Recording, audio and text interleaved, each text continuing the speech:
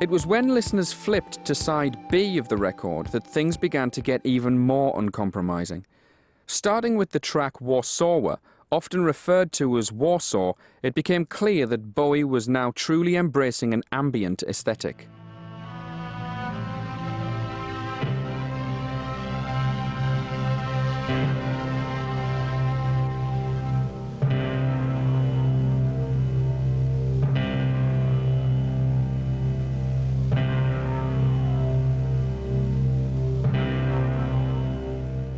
Everything changes on the second side, where the sound sort of collapses under itself because, you know, you are taken off into this sort of, one is loath to use the term sonic landscape, but you are really. It was not written in that order, obviously. The stuff evolved of its own accord in a very different order to that, but I just took an arbitrary decision to put all fast stuff on one side and slow stuff on another for no other reason than that. I thought, well, I'll keep all the accessible stuff on one side and the less accessible stuff on another side and leave it up to people to pick on the side they want to play. I thought that the experimental side, I think it was on low, was quite interesting. Warsaw, I remember the title. I quite like that. Warsaw is one of the more Eno-influenced tracks. I believe when Bowie had to go to a court case about illegal involvement with a manager, as so often in those days, and had to leave for a few days, and said to Eno, you get on with something, and let's hear what you've got up to when I come back, and that was that track, apparently.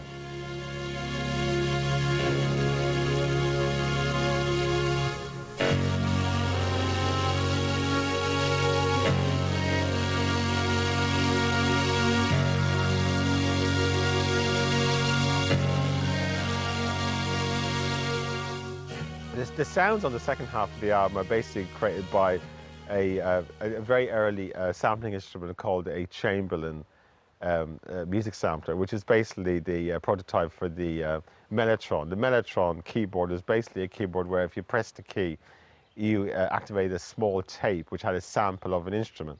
I mean, the Mellotron is very famously used by King Crimson on their first record, In the Court of the Crimson King. It was also used by the Moody Blues extensively.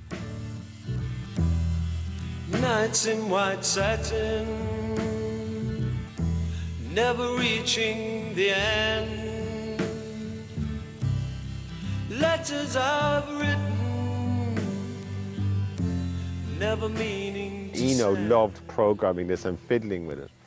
So the sounds on Warsaw or Warsaw are, a lot of them come from this Chamberlin, from Eno and Bowie themselves, you know, working on this and making these beautiful textured, almost symphonic orchestral sounds from this sampling instrument. I don't wish to reproduce what's already been done. I don't want to reproduce violin sounds. I'd much rather use the synthesizer as a texture. And if I need a sound that I haven't heard in my head, then I require the assistance of the synthesizer to give me a texture that doesn't exist. If I want a guitar sound, I use a real guitar. But then I might mistreat it by putting it through the synthesizer afterwards. Brian Eno had a way of working which had already become very refined, and he'd recorded Another Green World and with these very delicate instrumental pieces.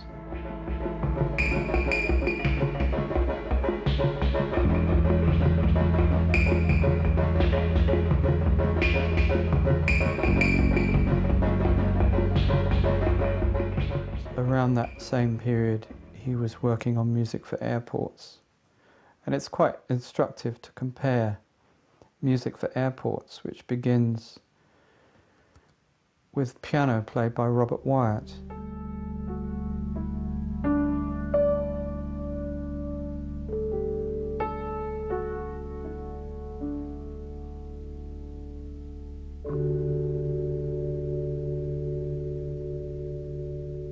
It has an incredible poise, and what is added to that is just a kind of ghosting of the playing. Whereas Bowie is much more interested, I think, in chaining together sequences of melodies which are going to stick in your head, whether they kind of make a sensible structure or not.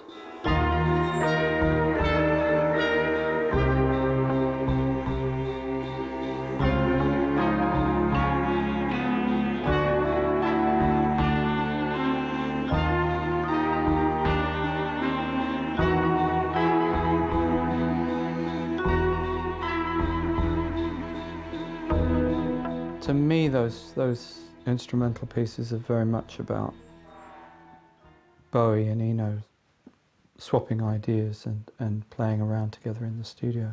I'm not creating narrative form albums at the moment. As I said, it started off as experimental work, but I've had such a good time and I developed such enthusiasm for what we were doing that I can see an extension of the way that I'm writing for some time to come, until the initial spark of enthusiasm leaves it, and then of course I'll move on from there. But at the moment I'm very excited about this process of writing. When Low came out, it was 1977, I was just leaving school. One guy in my class was, of course, a Bowie fanatic. And one Saturday he said, oh, come around to my house, I've got the new David Bowie album. It's really awful, you have to hear it. So he came around, it was this orange cover, and it was the side thing from The Man Who Fell to Earth. And he said, listen to this, and he put on the second side, and we were all saying, oh, God.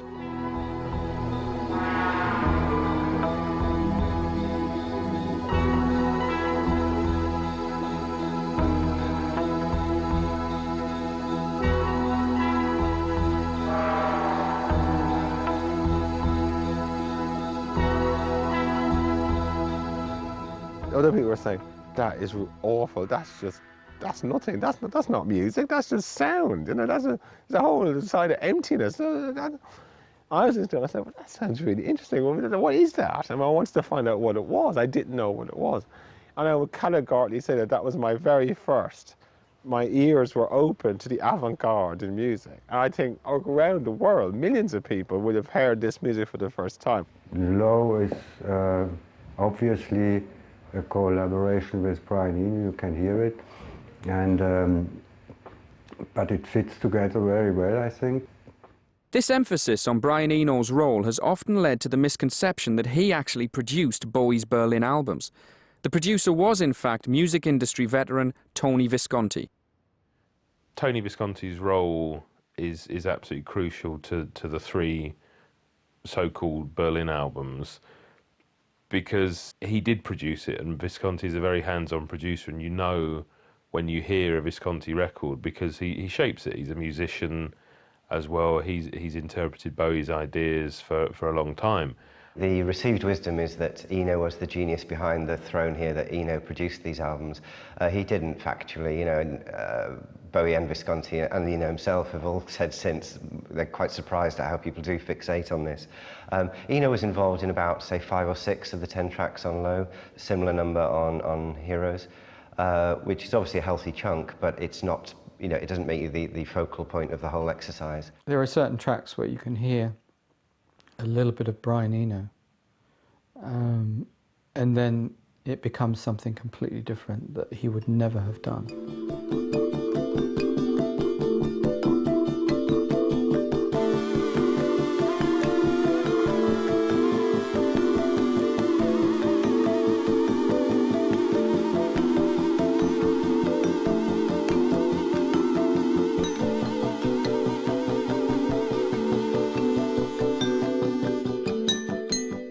I think you're talking about a lot of very strong people with strong ideas, strong wills, producing something that is a hybrid in a way.